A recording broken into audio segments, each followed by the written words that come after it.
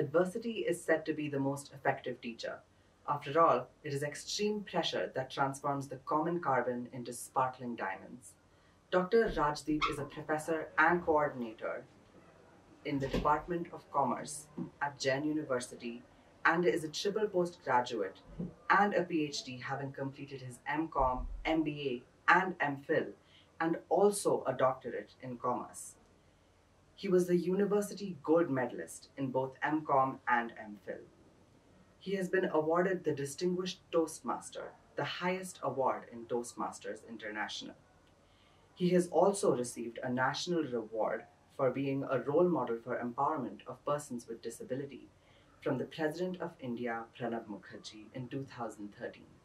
So he has been a featured TEDx speaker and hosted several training programs, given motivational speeches, and held management, career, and education-related talks on radio. He is also passionate about empowering the youth of the country and has held several motivational programs on skill studies, so facing examinations without fear, career choices, and making the best of student life in several schools, colleges, and youth organizations around India. He is keenly involved as a facilitator of several disability organizations at Bangalore and has helped in training, mentoring, and placing several students with disabilities in organizations and careers of their choice.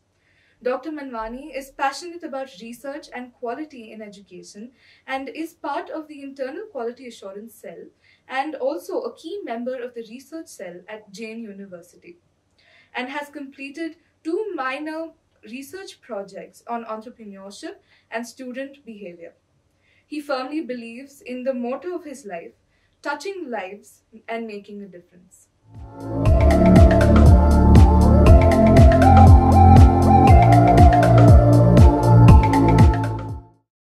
Good morning, Dr. Rajdeep Manwani. It's a pleasure meeting you this morning, and it was a wonderful experience, and it was truly inspiring to hear your session this morning, and it touched our hearts and minds. So not everybody in our school could hear our session in the morning, so we would like to ask you a few questions so that everybody can get to know more about your experiences in life.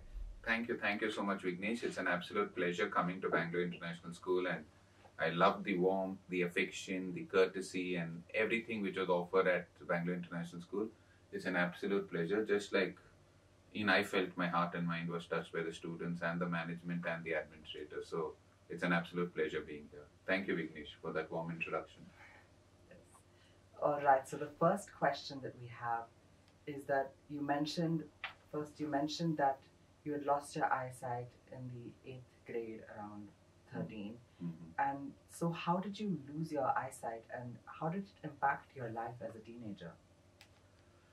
Okay, so there is a disease, it's a degenerative disease of the eyes which is called retinitis pigmentosa, RP, which is quite prominent in India and other parts of the world. And in RP, there is one segment of the RP, retinitis pigmentosa, which is called macular degeneration, where the inner core of your eye, which is the macula, keeps degenerating.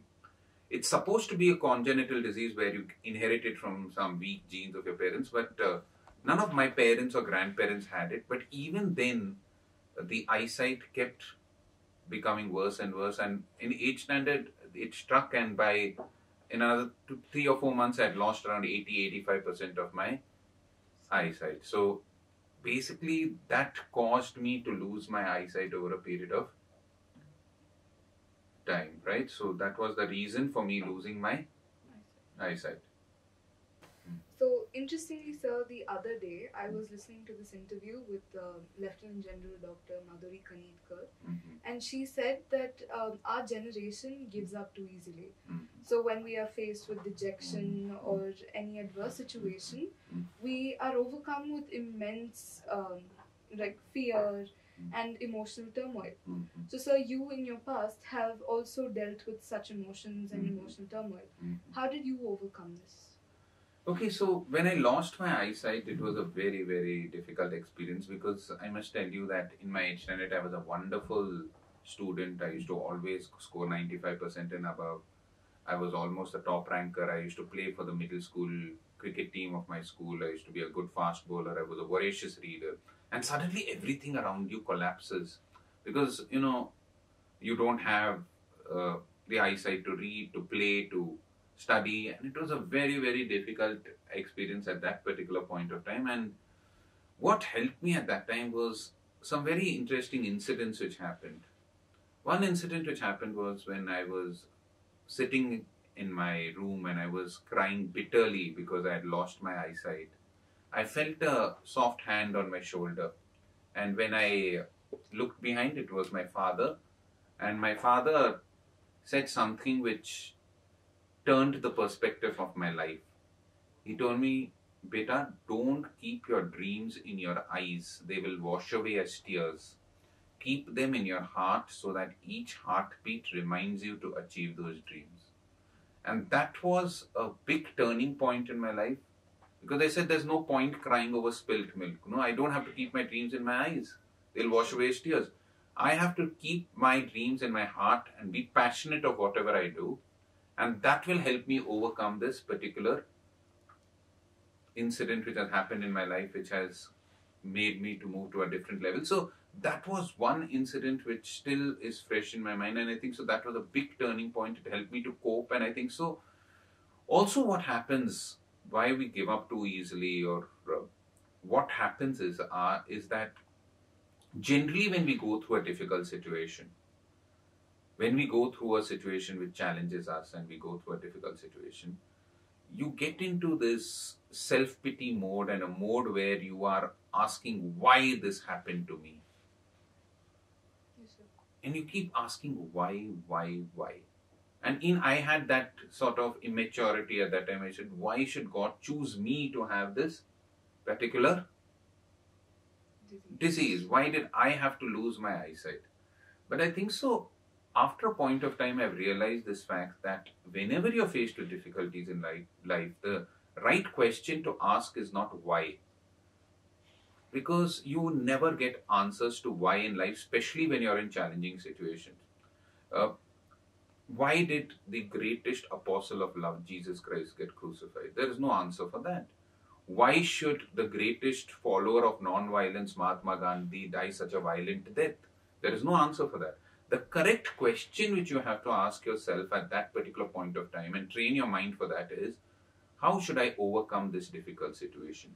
What should I do now so that I feel better and I come out of the situation? So I think so the mind should turn towards the question of how and what in times of difficulty rather than thinking of why, because that loopy question of why doesn't get answers and it just makes you wallow in pity again and again. So two things. One, dreams have to be kept in your heart. The passion is what drives you. And second, change your perspective to how and what rather than why. Yes, sir. So, sir, I'm pretty sure our generation should take a lot from what you just said. Because right now, before this interview, I was nervous. And I definitely was like, why me? Why did I have to come just now? So, sir, to overcome that, more than asking why, I was like, how can I overcome this hurdle? How can I get this interview to flow smoothly? So we would agree with that. So, sir, in the present days, we have things like Siri and Alexa and all of that to help us. But, sir, back in the day when you lost your eyesight, what methods did you use to keep pace with your education, and how big a role did technology play in this? In the earlier days of my career, when I was in 8th, there was no technology, but I had a lot of support in one way. You see, and one thing is when you go blind late, I hadn't learned Braille. That was the most preferred mode of communication for people who are blind. So the Braille is a 6-dot system where you touch the page and you come to know it. So I hadn't learned Braille. So I started learning Braille, but it was very difficult at that particular point of time. But what helped me at that time was, in those days we had something called as these audio cassettes. I don't know, those who are above 35 years will identify this. It's a rectangular cassette which has 2 holes in it, and you put it in an audio cassette player.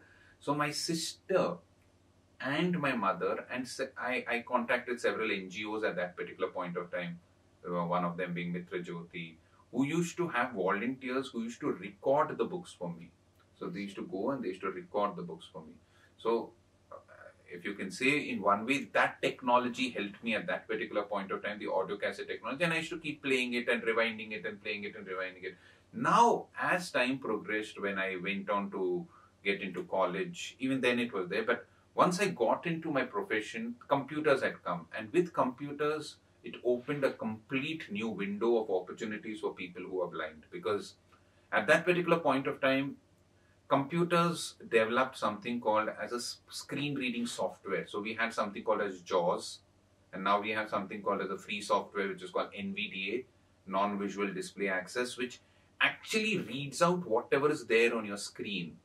So now I didn't have to rely on somebody reading it out to me. If I had the soft copy, let's say a doc or a PDF, I can actually arrow it down.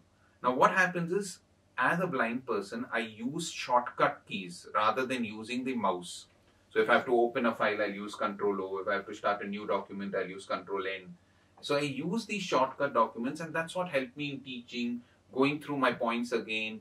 Even my entire PhD was done using my computer. So technology, computer, screen reading software, and now on your mobiles you have screen readers such as VoiceOver for iOS and TalkBack for Android, which have been a great help. It has been a great leveler, and several visually challenged individuals have now become programmers in IBM, Intel, and most websites now have accessibility mandates where they have to make the website accessible for people with visual challenges. So if I go through, because I'm using arrows, I'm not using a mobile. So if I press H, I go to one heading. So technology has been a great leveler. It's been a great help for me to understand and go through my life in a much better manner.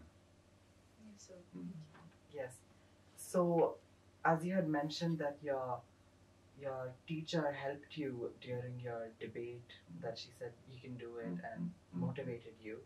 Our peers and parents stand by us at our time of need. And how did your family support you during your initial days of struggle? Oh, a lot. In the sense that if I'm anything today, it's because of my parents, my grandparents. I told you an incident of my father. Let me also tell you an incident of my grandfather, which had a very profound impact on my life. You know, in those days, as I told you, the society wasn't so inclusive as it is now. So we had a little bit of stigma, a little bit of taboo attached to this entire disability. And my grandfather used to stay with me, and many of his friends from the neighboring apartments used to come and they used to say, "Oh my God, your grandson has become blind. His future is dark. What is he going to do?" Means they used to speak in Hindi. I can tell it, "Tumhara pota andha ho gaya hai, kya karega? What will he do?" etc. And my grandfather deliberately, loudly, so that I could hear it in the room, used to tell his friends, in order to motivate me and in order to stand by me, he used to always say, he used to tell it in Hindi, I'll translate it in English. He used to say, "What if my grandson cannot see the world? There will be a day when the world will see my grandson." क्या हो गया अगर मेरा पोता दुनिया को देख नहीं सकता है? एक दिन ऐसा आएगा जब दुनिया उसको देखेगी. He used to tell that it's okay if my world cannot, if my grandson cannot see the world, there'll be a day when the world will see my grandson. And that used to fill me with so much confidence that I have a support system and a family who believes in me that I will be able to do something in life. And when you have that sort of a positive reinforcement which is being told to you, it actually helps. And I know my grandfather is no more, but he might be smiling from the other side and saying, "Wow, thanks. I repose that confidence in my grandson. If he's won the national award, if he's won the state award, if he's done so well in life, it's only because I had that confidence in my grandson." So, sir, many of us rely heavily on our sense of sight to perceive the outside world. So, sir, how has your perception of the outside world changed after you lost your sight? As you say, once the sense of sight is gone, it is a drawback. But one thing which happens is, when you lose your sense of sight, you generally try and use your other senses better. There's generally an argument, which goes that, when you lose one sense, the other senses become better or sharper. I don't think so it's necessarily true. What I believe is that if you lose something, you tend to value something else much more. Anything which is free and abundant in life, you don't value. Yes, sir. You don't value the air, correct? Because it's free and abundant. But once you get into a hospital with a respiratory problem, then you value oxygen and you're willing to pay thousands of rupees for it. You don't value your parents' love. But once your parents are separated from you, you go out of the country or you get married, then you realize, oh my God, my mother used to do so much for me, my dad used to do so much for me, right? In the same way, when you lose your eyes, when we have our eyesight, you take it for granted. You take your eyes for granted. You take your hands for granted. You take your sense of smell and taste for granted. So when a person loses his eyesight, he starts valuing the other senses much more. He values his sense of hearing. He picks up the small things because now he knows that every sense organ of his is as important as. He values his sense of touch more. He can touch a person and just feel their pulse. He values his taste. So when I eat something, I'll make the taste linger in my mouth for a much longer because I value my senses much more. And when you value your senses much more, you become little more perceptive in life as compared to when you take your senses for granted. So the question is, when you lose your sight, you just tend to be a little more perceptive with your other four senses, whether it's smelling, tasting, touching, or hearing. Yes.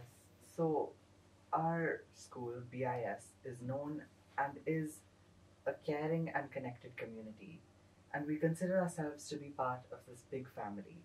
Our students and teachers are sensitive to the special needs of those who are differently abled. Unfortunately, there is limited awareness about this amongst the general public. So, how would you spread awareness about being more empathetic towards such sensitive issues? Okay, let me tell you a small incident which happened and then I'll connect it to what you've asked just now. I was invited to Coimbatore a few years back to speak at a convention for the students for Chartered Accountant. I was speaking on mercantile law, and the organizers put me in a bus, a sleeper bus, which was going to Coimbatore in the evening. So I took the bus and I went. And I was told that once I reach Coimbatore in the morning by around 6:30, there will be somebody who will come to the bus stop to pick me up because I can't see, and he'll take me to the lodge, and after I freshen up, I can go and take the session. So I went and they put me in the bus, absolutely fine. But when I got down over there at the bus stop in Coimbatore, there was nobody there. And I was a little perplexed because they told me somebody's going to come and help me out over there. So I rang up the organizer here in Bangalore and I told nobody's come to pick me up. He told, no sir, the boy whose name is Sunil has actually come around half an hour back. From 6 o'clock he's been waiting at the bus stop. I don't know, where have you got down? Might be you got down at the wrong place since you can't see. I don't know, you told me the last bus stop, so I've got down at the last bus stop here and there is no other bus stop. He said, no sir, something has gone wrong because he's waiting for you and you don't seem to have got it. So anyway, I called up a few more times and then I got the boy's number and I called him up. And after 45 minutes of back and forth, giving the phone to the nearby person, finally that boy Sunil, he identified me, he got me over there and then he took me in his car. So as we were going back, I asked Sunil, I told him, Sunil, it's a little strange, right? I am visually impaired, I can't see. But we were in the same bus stop for 45 minutes and you could not identify me. How does this happen? Means it's crazy. He told, no sir, they told me a blind person is coming. So I thought a person with black spectacles, a white cane, a very sorry demeanor will be there. How do I know blind people are so handsome, charming, straightforward? Nah, so whatever. Modesty is not my virtue, but whatever. Correct? So you make certain assumptions. Now coming to your question. Empathy comes with a non-judgmental mind. And what happens is, when you hear the word differently abled or disabled, a blind should have black spectacles, white cane, a deaf person should be sitting and doing sign language, a person on orthopedic can't do anything, he'll be rolling around like that. We make a lot of assumptions around people with disability. And I feel that if we want to get a little more sensitive, we have to drop those assumptions. In fact, the very letter assume contains in it 3 words. When you assume, you make an ass of you and me. So, don't assume. Start looking at people with different abilities or with disabilities with the same lens as you look at somebody else. The moment you start judging somebody, the moment you start making assumptions of somebody, the entire bias creeps in, and you start thinking in an alternative manner. He won't be able to do this, he won't be able to do this. But if you keep an open mind and start using those open minds as to, because anything, so many times people ask me, how do you write on the board? Because you can't see. And I say, it's not necessary I write on the board. I sit with a student a day before and I tell them this is the problem which I have to work out. And we work out the problem. And I ask the student to the best handwriting to write on the board. It's not necessary that they have to see only my handwriting on the board. Anybody else can write on the board. They need that explanation, whether it's a ledger, whether it's a sum, whether it's math. As long as the students see the answer, it's not necessary that's my handwriting. So there are tools, there are methods at which you can come out to deal with situations. So if the necessary tools are provided to a person with disability, he can provide effectively and in fact sometimes even more efficiently than a so-called able-bodied person. So just keep that in mind, right? So if you stop assuming and removing that judgmental bias, I think so that will be a great way of sensitizing people towards persons with disability. Yes, to get rid of the stereotypes. Yes. Okay. So they say that when one sense is lost, the others are heightened. Do you agree with this statement? As I said earlier, no. Because I said that, you tend to value those senses better. Didn't I tell you that? I told you that when you actually have lost your senses, it's not that your other senses become better. It's not that a person who's lost his eyesight suddenly becomes a dog and he can smell everything around him. Yeah. And a person who's lost his ears suddenly becomes Superman and he can feel something 20 meters apart. It's just that you start valuing your senses better. You start utilizing your senses much better. Yes. So we read in your profile that you have worked with several social organizations and corporate campuses to create a barrier-free environment. What exactly do you mean by a barrier-free environment? See, there are two basic barriers which come across a person with disability. One is an emotional barrier and one is a physical barrier. Now let's talk about the physical barrier. A physical barrier is basically a barrier like a person on a wheelchair. He may not be able to go on a step. So that's a physical barrier. So what do? You create a ramp so that he can move up that particular without taking anybody's help. Or for example, if you have too many turns in a particular place, or if the toilets are not made for people who are orthopedically challenged, they will find it very difficult to use a particular toilet. So those are physical barriers which can be removed by just small architectural designs, building a ramp at the right place, making the toilet seat a little lower, or anything of those sorts which will help a person, right? For a person who's visually impaired, if there are too many impediments and the barriers on the way, it helps. So if just making little open spaces here and there, those are the physical barriers. So basically, if you speak to corporates or if you speak to schools and colleges, just to make a little bit of adjustment towards their physical facilities, that is removing the physical barriers, The second barrier, which is an important barrier, is the emotional barrier.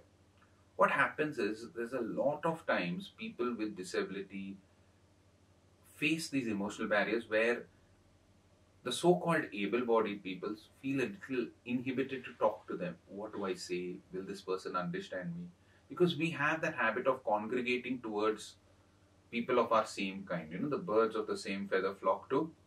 So you'll find only disabled people having disabled friends, only able-bodied people having able-bodied friends. So the emotional barrier is that let's drop those emotions of inhibitions among individuals and start interacting with people with disability just like you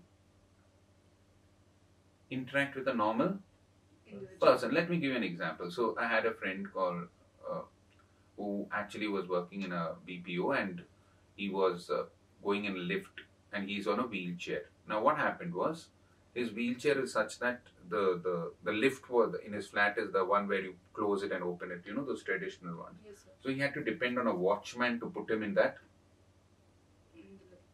particular lift. So one day when he was waiting, another man came on that way, and somebody called the watchman that the pump is not working. Immediately the businessman looked at the watchman and said, ask him if I can help you to if I can help him to drop him at his place. So the watchman asked this friend of mine who was on a wheelchair, and he said, yes, he can help me. And this businessman dropped the boy, my friend.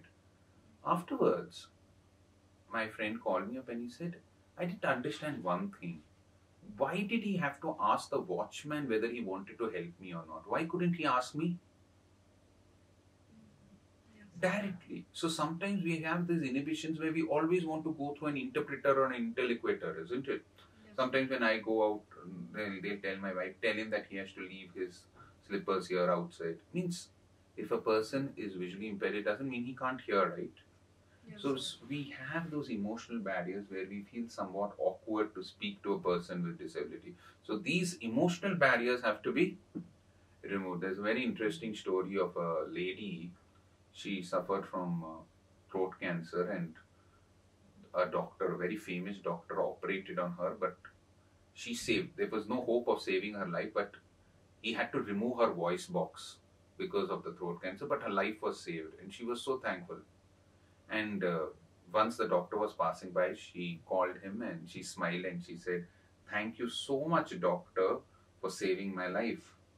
Yes. And the doctor immediately smiled at her. He turned the page over and he said, it was my duty to save your life. Then he gave back the slip to her, and this lady turned the page over and said, I cannot speak, but I can hear. Yes. That means even doctors sometimes make that mistake. She had lost her voice, but she hadn't lost a sense of hearing. So the doctor had no business to. Right. Yeah. So we make certain assumptions that way. Those assumptions have to be removed to create an emotional free barrier environment. Yes, sir. So normally the privilege of talking at a TEDx show is given to people who are very experienced and can give a lot of knowledge or wisdom to the world. So, sir, in our own school, we have a lot of aspiring TEDx talkers in our own school. So, what advice would you give to them, and how was your experience as a TEDx speaker? Understand one thing, that whatever you do it with interest, passion. If you develop an expertise in a certain area, what happens is that expertise will bring you to the TEDx talk. So, I always have this advice for children. If you can't be a highway, be a trail. If you can't be a sun, be a star. However small you are, be the best of whatever you are. Yes. So, it doesn't matter. Everyone is born with a certain talent. So, might be Shivani is good at painting, Vignesh is good at drawing, or somebody is good at sports.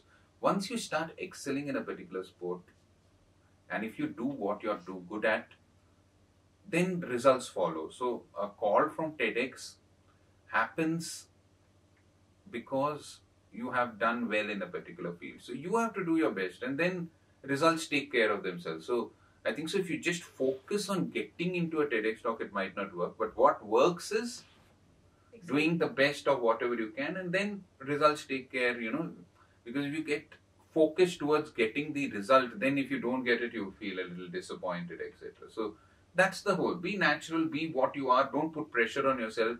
Give your best, and then you will get the name, fame, because there are a lack of people who are actually passionate and they want to do something in life. And so when you do that, automatically the call from TEDx comes, and you will definitely, all of you all have that in you to become TEDx speakers, whatever it is, right? Once you get on the TEDx stage, I think so you have to speak what you are.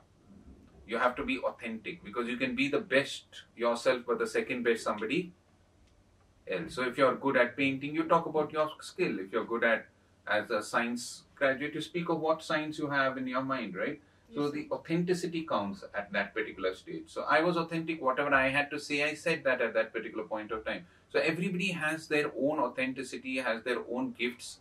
So bringing those gifts to the world comes through your TEDx talk, right? So I don't think so you should focus on doing something, but do the best of whatever you can. Just don't sit back and, I always tell this, just don't sit in a rocking chair. Just move forward. Even if you can't run, walk. If you can't walk, crawl. But just keep moving forward. That's important. Yes, sir. Yes, sir. So you've given many speeches on stage, and when you give your speeches, you can't see your audience, their body language, nor their reactions. So how do you manage to talk with such ease?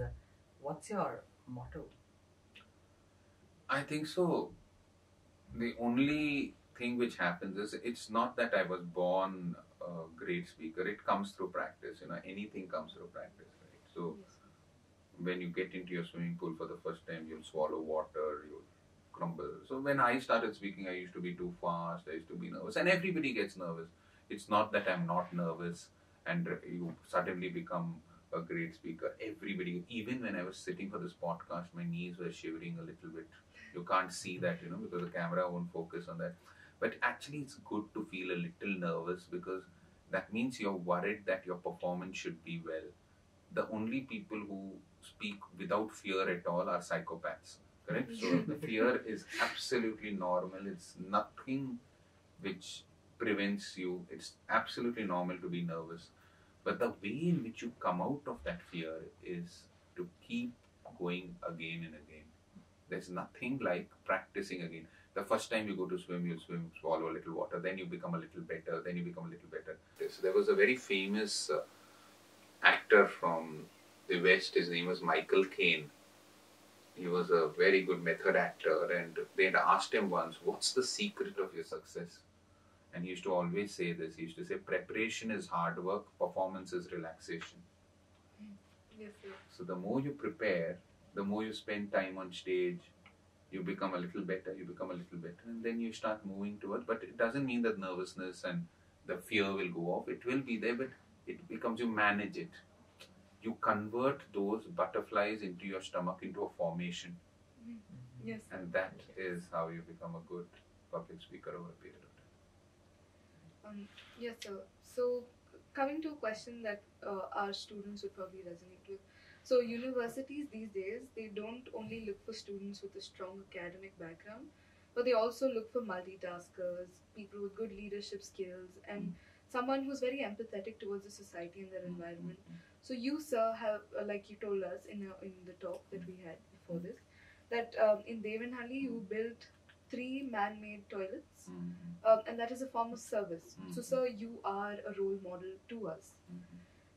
So, sir, but you're also like an academician, a quiz master, an educator, and also a parent. So, sir, how do you successfully juggle all of these different roles?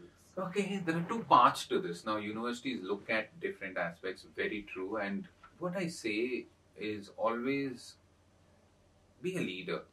Now, leader doesn't mean that you become a prime minister or a president. You start leadership at home. Especially, what is leadership? Basically, taking up a responsibility or taking up the work which other people have to do. Why do we consider Virat Kohli a leader? Because when 2 batsmen score 0, he takes up the responsibility and scores a 50 or 100 and bails the team out. Yes, Why do we consider a climate activist or a Nobel Prize laureate like Kailash Satyarthi as a leader? Because when everybody says that we will not take up the responsibility for child labor, he took up the responsibility for child labor and eradicating it from a country, and he takes. So when you take up responsibilities, put your hand up, take that initiative that I will do this work for my friends or for my colleagues or for the society, then you become a leader. So leadership begins at home. So today when you get up from your bed and you throw that bed sheet here and there, be a leader. Fold that bed sheet and keep it inside the cupboard. You're helping your mom, you're taking up the responsibility, right? So you've taken up a small step in leadership. When you drink your cup of tea or you eat your dinner, just don't throw the dishes here and there.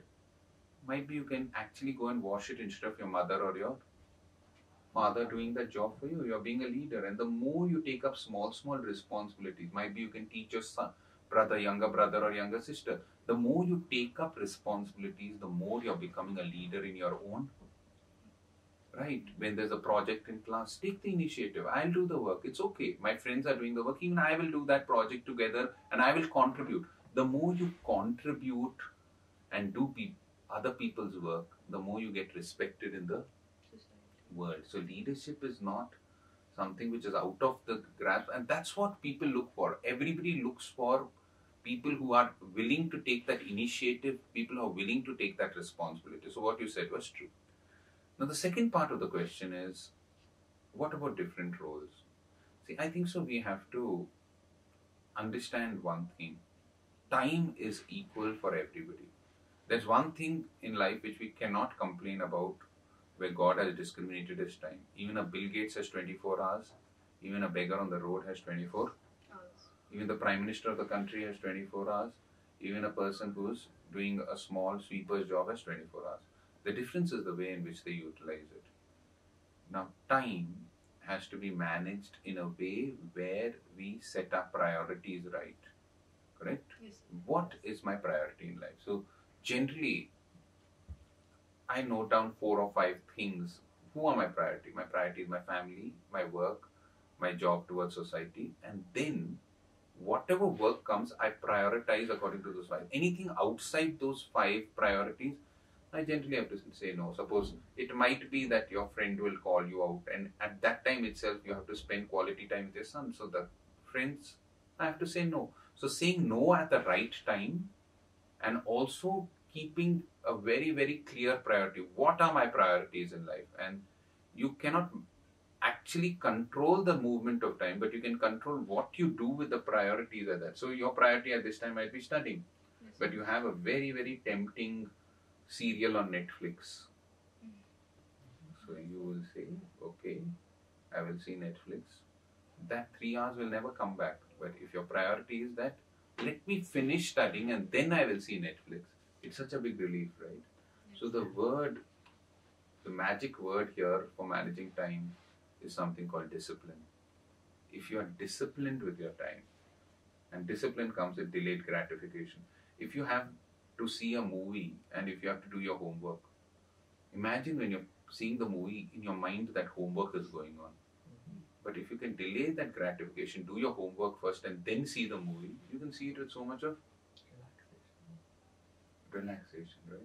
So prioritize. Do the things which you have to do first and then spend time for those time wasters and those things which will. So that is nothing but the secret of maintaining your time, right? The word called discipline, delayed gratification. Yes, sir. So, sir, in your talk before this podcast, you kind of elaborated on fear and the 2 words that you run by. So what? So, sir, can you please elaborate on that a bit more? Okay, so for those who didn't hear my talk, I told them that I had a issue when I was in my 8th standard where I was very scared of going on stage. And there was a teacher who motivated me at that time, and she said the way in which you can overcome fear is by using the words so what. So I asked her what's the meaning of so what, and she had told me that when you laugh, you fear appearing a fool. So what? Fools have a lot of fun. When you cry, you fear appearing sentimental. So what? At least you let out your emotion. When you hope, you fear disappointment. So what? At least you saw the brighter side of life. When you try, you fear failure. So what? At least you made an attempt. For the greatest fear of all is the fear of doing nothing. For the person who does nothing, is nothing, and becomes nothing. So I basically talked about that aspect where we generally judge ourselves and we keep thinking of what other people are thinking of us, which causes a lot of anxiety and which causes a lot of fear. So the important point is, so what? If somebody is criticizing my performance, so what? At least I'm making an attempt. He's not even doing that. If I am taking part in a competition and I'm not winning, so what? At least I was a participant. If I am wearing some dress in which I am comfortable and somebody criticizes me, so what? At least I have the option of choosing what I have to do.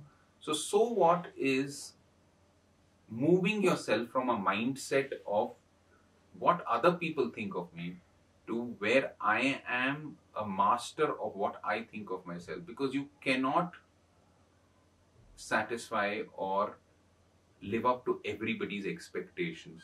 You can do your best, and you can do your best when you are not a slave to other people's opinions, but you have your own value system where you do your things by saying the two words, so what? Yes, sir. So, sir, with that, we conclude. Sir, thank you so much for your time, and we really enjoyed our small interaction over here. And more than that, we are glad that we were able to share this wonderful experience with the people who could not be present here. Sir, is there anything you'd like to say before we conclude the podcast? Thank you so much. It's been an absolute pleasure interacting with you all. And it's been a wonderful, you have been wonderful hosts, Vignesh and Shivani. It's been an absolute wonderful experience interacting with you all. And just end with a quote which I really found very interesting. Find success in the big things. Find happiness in the small things. Meditate on nothing and find God in everything. I would like to end with that. Thank you so much, sir.